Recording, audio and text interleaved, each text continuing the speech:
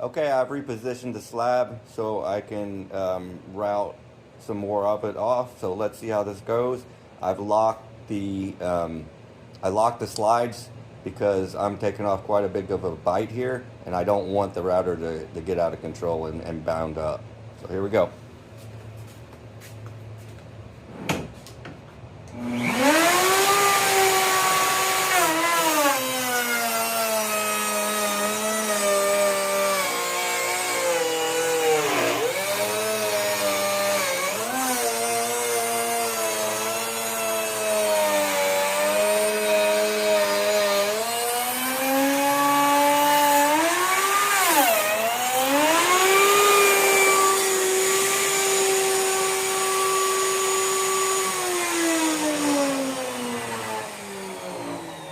So it did take off another a fair amount here on the end, so that worked well.